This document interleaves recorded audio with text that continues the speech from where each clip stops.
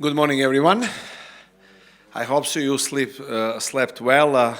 I slept until 3 o'clock in the morning when my roommate from Albania came from his trip and woke me up. Thank you, Zeph. What Lindsay said, we would like through the FEUER network to encourage a future generation of young people, students, to be speakers and evangelists in different settings. Sometimes in Europe we don't have too much confidence that we can deliver the talks, and the students sometimes a little bit discouraged because they think they're not good enough, or they're not smart enough, or they're not professors at university that can deliver the speech. And what we want to do for these 3 short sessions, we want to encourage you, if you're first time here, and if you're first time writing your talk, that you can be creative and be encouraged that you can be a good speaker and that you can be evangelist in different settings. And we want to create an army of evangelists through the university settings through the Europe. That's the goal. That's what I want to see. That's the vision of FEUER. Amen? And we just don't want to limit only for few experts, but we want to raise up the new generation who will take the gospel in Europe in the university settings, in debates, but also to speak and to write good evangelistic speeches. I have 8 advices. The word 8 will go through the conference here. Michael Lotz yesterday spoke about 8 marks. I'm giving 8 advices. Tonight, Fink will give 8 reasons. You can see that in a program. And that's a new number here in FEUER Network. I will mention a few advices, because identification is very important for your talk. Sometimes we are too much preparing a talk, etc., making good application, but we don't do a proper job how to understand our audience and how to identify with the students who are listening our talk. Sometimes we are talking here and the audience is here, and we don't match because we are too much isolated in our Christian world. We are too much isolated in our own world that we don't understand the audience around ourselves. And the culture, especially student culture, is going very fast and changing very fast. They're using a lot of cell phones, like Nicola used a few minutes ago, and we need to be able to understand the culture and to communicate to the student culture the gospel. The first advice, understand the audience. I want to encourage you, before you start to write a talk, do a small research. Go at university, watch, listen, and talk with students. Feel and know how the student culture, what student culture is asking for. For me, what is very important thing, sometimes I go in coffee shop just to talk with students about their questions and their needs and interests. I ask them, what is the main problem for the students today in Belgrade?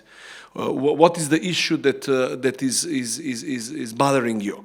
And I think that we need to be prepared to listen and to have an opportunity that we can connect and understand our audience. Sometimes we don't pay attention on this. Go around, walk, watch, listen, ask a question that you can get a better understanding of your audience. Second, what is a good advice is connect with the challenging topics. Sometimes it's very important to give some provocative question in the beginning or statement that you can take attention to student to listen your talk. Because in the beginning, if you don't do identification well, you can lose the audience. They can take off the phone and go and do other things, etc. It's very important to make strong connected identification. Sometimes you can ask a question like in our context in Balkans, everybody is religious, and I did one time a talk with a question: is being religious enough to solve the corruption in our country? And then immediately you know, like with that kind of questions, you can make some good discussion. Or the question will be very good, like, will joining European Union can solve all of our problems? Because that's a big question, like, and always like we have this connection with a good question, with the making bridge with them, with the asking question is very important that you can make a strong identification point. Yeah, in Macedonia, that's a question now. Also, the third advice, it's very important when you start a talk, maybe you can address some urgent problem. In your context, in your culture, there are a lot of problems which are very specific for your culture. Like in our culture, like question of immigration, future, brain drain, a lot of young people, students want to leave the country. And maybe one talk, you can start the talk, have you heard the song, punk song, should I stay or should I go now? Like that's a lot of students are struggling with that question in our culture in Balkans. Should they go to Germany or somewhere else to find the future for their life? Fourth thing, we can help Germans. Fourth advice, choose your words carefully. Somebody mentioned here that sometimes we in our Christian bubble, we are talking our holy language that nobody can understand. And sometimes for some speakers that we're inviting for university evangelism, we need a special interpreter who will interpret this language to the student culture that we are working with. You need to be careful which words you are using.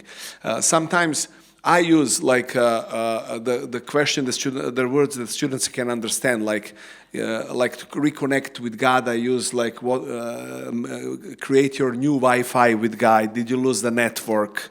That's the language that instead of when I'm talking about being sinful, I'm using like question of virus. Like all of us, we have this virus in ourselves, like the words that they can understand in a culture that you can bridge later to the message of the gospel. Fifth advice, use creative ways to start. Use some quotation of some famous sport person or artist or coach. I remember when Liverpool won the Champions League, everybody quoted the coach, what he said about Jesus. Klopp said what he said about Jesus, and a lot of movements use quotation as a good way you can connect with the people. You can use the video, music, or you can ask the question, have you ever heard about this? Have you read in the newspaper about that? You can take attention to them to make a strong identification when you start your speech. Also, one very good advice is when you create a mission weeks, give topics to your events with creative and provocative topics. Sometimes it's very good, like I remember I did for our context, when some war hero was arrested and prosecuted in Hague. A lot of Serbian people and students say, oh, he was our hero, etc., etc. And then I did a talk, can God forgive Radovan Karadžić? He was like, it's a very provocative question. Brothers from Sarajevo told me, don't use that topic in Sarajevo, because he was there. For their context, then I will be killed before I go with identification. Can Samuil go to heaven? Yeah, can Samuil go to heaven after this speech? Or when we have a topic when Hugh Hefner died. Who? When Hugh Hefner. that? Yeah, you know. We had one mission, like a topic was who enjoy more in life, Hugh Hefner or Mother Teresa? Yeah, it was like a good, you need to give a good, interesting topics to your presentation, but also you need to be careful as well that you can address that topic well. Because we had in Montenegro one of the friends that Lindsay sent to us to do from Wales a speech. We give a topic, science and faith, but the speaker was so encouraged to talk about faith that he didn't mention science at all. And a few students start to leave the meeting, and Daniel stopped them and said, hey, why are you leaving? He said, this is not fair. He's talking only about faith. Where is the science? Which means when you choose the topics like that to identify with your audience, you need to treat fairly the topic and you to give the answer. On the advice number 7, humor is very important in our culture. I don't know in your culture, but to make atmosphere relax, it's good to make some jokes, appropriate jokes. It's good to make some funny stories from your student life, because sometimes you can, make some funny stories about yourself when you were a student. The students likes to talk about that. But all of these jokes and healthy humor can serve that atmosphere can be relaxed and that you can make a strong identification with the university students. And also the eighth advice, the last one, is identification are so important that you can think sometimes people can lose themselves in identification, and they can be just, like creative how they can start the talk, but they don't know how to make a bridge for a second part persuasion, or how to make connection bridge to the gospel. We need to be smart and inspired by God to make a bridge, to make very well identification points, that we can use these identification points or illustration, all of these things on the end, when you're giving application, invitation, that you can recall, and you can tell them, hey, do you remember in the beginning I mentioned that story? Here is the invitation. I think this is very, very, very important. One practical homework that you can do, we don't have a time here, if you want to think what is happening in student culture, you can go to some online student magazines, or you can go to some online news, and you can read a lot and choose few of the stories that you can use to start and to your evangelistic talk, or that you can identify with the student culture. Understand your audience, number one. Try to make some research, think, watch, listen, like Apostle Paul did in Athens. Connect with the challenging topics, address the urgent problem, choose your words carefully, that the audience can understand you. Use creative ways to start, to identify with the public. Create creative and provocative topics. Make us very smart how you create the topic that people can come and identify with the questions and with the topic.